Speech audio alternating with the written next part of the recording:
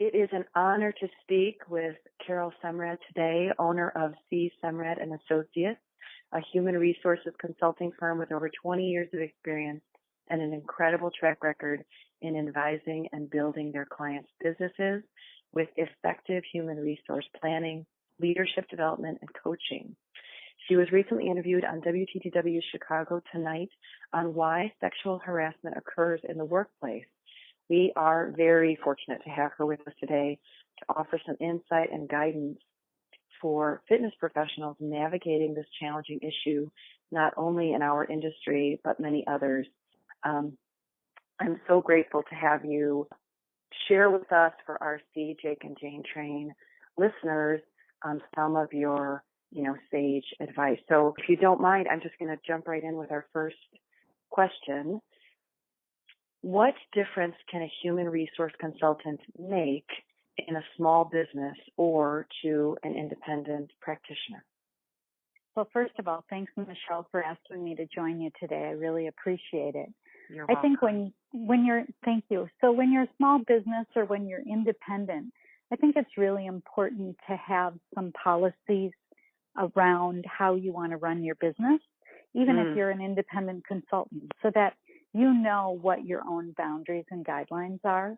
And really, an independent HR consultant can help to bring some best practices to you and can help to train you, and if you have a team, the folks on your team, and really be there as a trusted advisor in case issues arise or if there's questions about situations.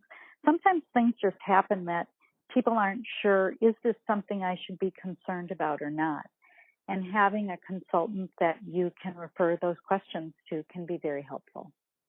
That's actually a brilliant suggestion. And the advice I give in our courses is to consider your accountant and your bookkeeper and your attorney all as trusted advisors and consultants and members of your team.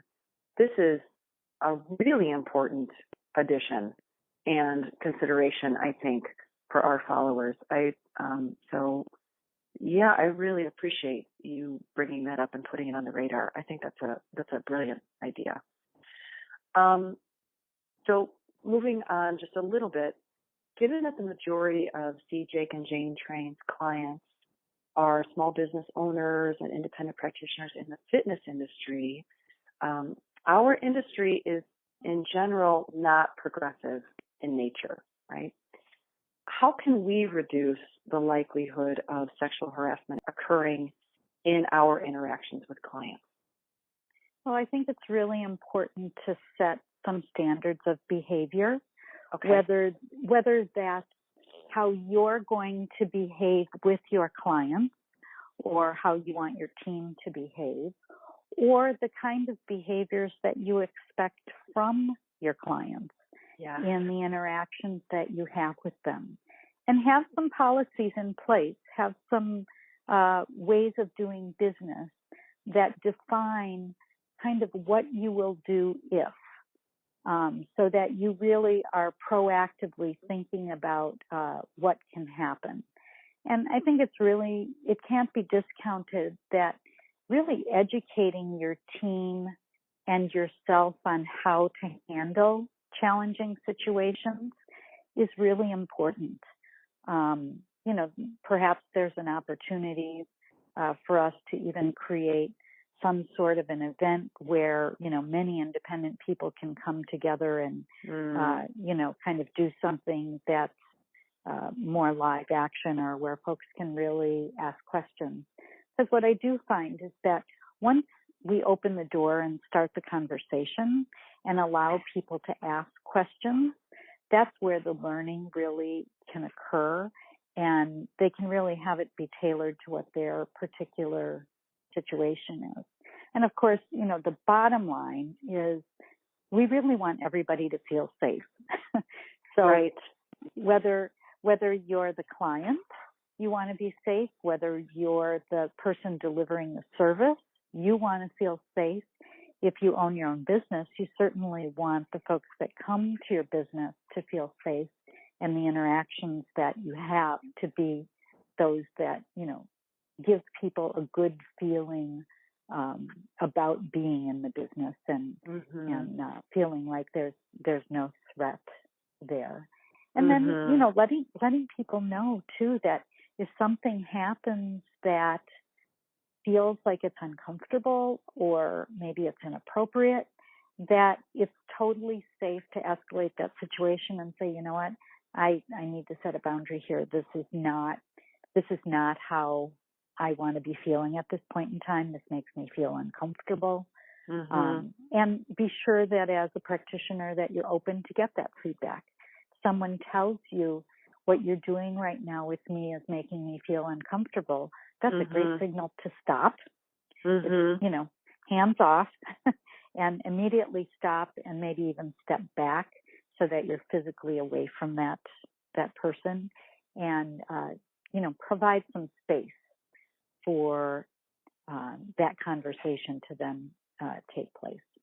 I completely agree with you. I think there is a lot of potential for, you and I to possibly do something in the future with, independent practitioners or studio owners especially in our space in the fitness industry, because so much of what you're talking about is so important. And part of what I love about what you're saying is it's proactive in nature. So if you are communicating with your team and communicating with clients and you have, boundaries and standards and policies, as you're suggesting, that it's not this reaction to an incident after the fact. It's, trying to keep everyone in a safe space and in a healthy space from the get-go. And then I also appreciate this perspective that's a little bit more big picture, where it's not just about keeping the business safe or keeping the practitioner safe or keeping the client safe. It's about keeping everyone feeling safe.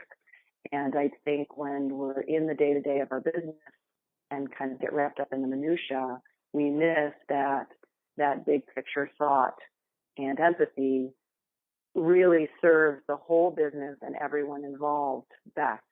So I would love to continue that conversation. For all of our listeners and readers right now, please throw us comments if this is something you're interested in, and we'll do our best to make it happen. Yeah, in addition, let me just add that if you are a business owner and you have proactively educated your team and you do have policies and practices in place, and if there was ever a litigious situation, the fact that you've gotten in front of the conversation actually totally works in your favor in a courtroom. So, just from a practical standpoint, if you really want to say to the world, hey, listen, we tried to head this off at the pass, having some policies and practices in place supported by training really does say, oh, they already knew what they were doing, and perhaps, the other party had more more skin in the game in terms of trying to win something here. So right. I think I'm so glad you brought that up. I do run into trainers where and we're usually talking more on the general liability side of things, where there's an urge to just stick their head in the sand and want to avoid it because they think that planning for it or being proactive about it somehow is either a waste of time or putting them at greater risk. And all the experts I continue to talk to exactly reiterate what you're saying, that when you've been proactive, you've done your best to create a safe environment on any level, it will serve you, better in the end. So I really appreciate that you're being another voice to, help these trainers and small business owners in that regard. You may have, I feel like you sort of covered this, so forgive me if I'm being a little bit redundant. And I think this is a very difficult question to answer. So, I'm aware of what I'm asking you, but how do we really know if sexual harassment has occurred? and what should we do about it? Well, I think we can't get hung up on the word. Okay. So let's start from a different place. Great. If you feel uncomfortable, okay, then speak up. Great. It may not be something that rises to the level of harassment. It may only be something that's inappropriate. Okay. However, it doesn't matter what it's called if you are uncomfortable. So if you are uncomfortable, you need to say, hey, I'm uncomfortable.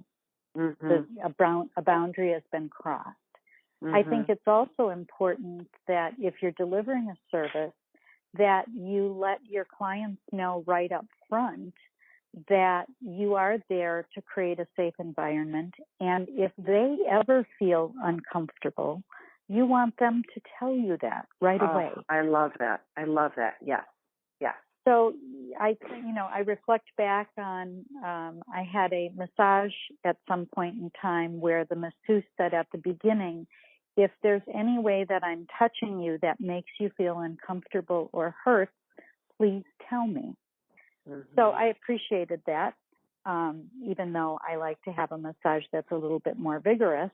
But I think about it, if I was working with a trainer or I was working with, somebody in the fitness industry and they were asking me to do something, I would want to be able to say that doesn't feel right to me, or it makes me feel uncomfortable.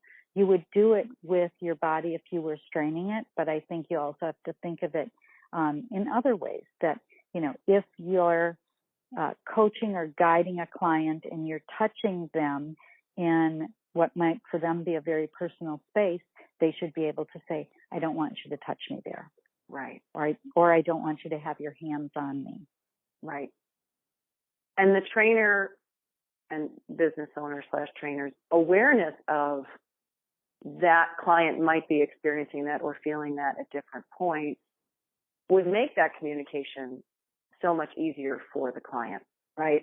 If the trainer is aware, right, like, because many trainers are so comfortable with their bodies and they don't have any negative intent, but if they aren't exercising that empathy for the client on a regular basis, they may miss that opportunity to make it easy for the client to communicate that, can you show me instead of, indicating on my back what you want me to do.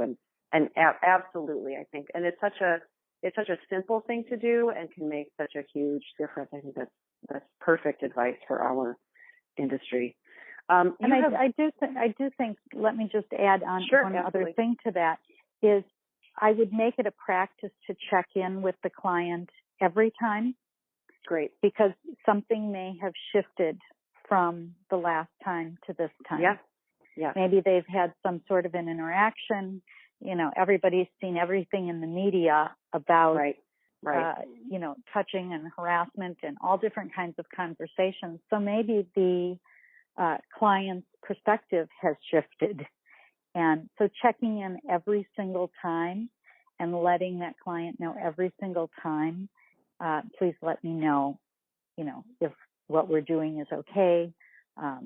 Is it okay if I touch you here? I think that would go a long way in building rapport and building trust, and also eliminate any possibility of that client thinking that something inappropriate may be happening when it's not. Yes, I agree. And for any trainers out there that are feeling reluctant, because I can feel you. I know. It really needs to be, I do it all the time. I even do it with clients that I've had for years, right? It's 3 seconds. It's not a big thing. And even if every single time that client is saying back to you, no, of course it's fine, it's such a kind and considerate thing to still reiterate to them, right? Because we don't want to be lackadaisical with our long-term clients either, because it's exactly what you're saying, Carol. Something may have come to the surface for them in light of, the climate of conversation on this topic right now, and they may have shifted. they may, feel differently about it, or they may just appreciate that you are the consummate professional you are in behaving this way, and that may, even strengthen their trust in you. So I think this is really tremendous advice and very, very timely and appropriate. You've given, our studio owners and trainers such great advice in this short call in terms of how they should think about things and what they should do. Could you share with us one last thought on what studio owners and future studio owners should do to ensure they are creating a culture of respect? Yeah, absolutely. I don't think we can overlook how important it is to set the standards of behavior and define those right up front, right when people come aboard. And then watch how people are interacting. As the studio owner, you want to pay attention to how your practitioners are interacting with your clients and coach their behavior. If they're not speaking to the person appropriately, or if they're, touching a client without getting permission first, coach them. Let them know that for our studio, this is what our standard of behavior is, so that they really understand that you're operating differently, that you want to create a different kind of experience. Right. And then I would also say, be sure that you coach folks around using jokes or more casual conversation. We don't know how those could be misinterpreted. And, something that might be a joke to a client one day may not be on another day. So, I like to refrain from getting into that, joking or, bantering kind of place, because I think that can very quickly go sideways and be misinterpreted. Right. And that's really where the vulnerability opens up, both for the studio owner and for the client. Right. And I think that's a very important point in our field, because a lot of times the nature of the gym, the nature of the relationship can be much more relaxed or feel less like a professional setting. So there is kind of more joking and less monitoring of conversation at times. So reminding ourselves to keep those professional standards and recognize, even though we're wearing, workout clothes, we are to keep the conversation and relationship completely professional. Excellent advice. Thank you. Carol, this has been wonderful and so helpful, I think, to all of our trainers. We've gotten great feedback so far on this initiative on helping them with sexual harassment issues.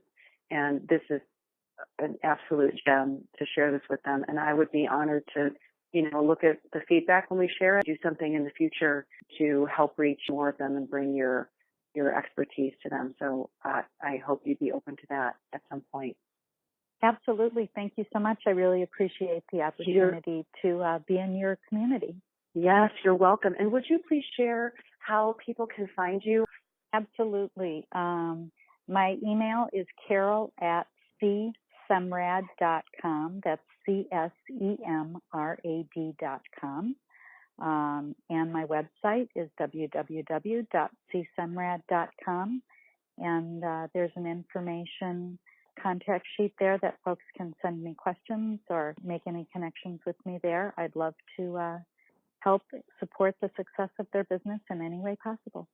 Wonderful. And we're going to have this information on all of the different mediums that we post this on as well.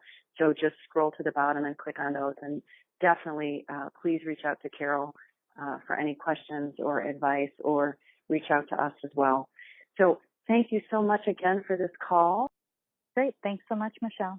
Thanks, Carol. Have a great day.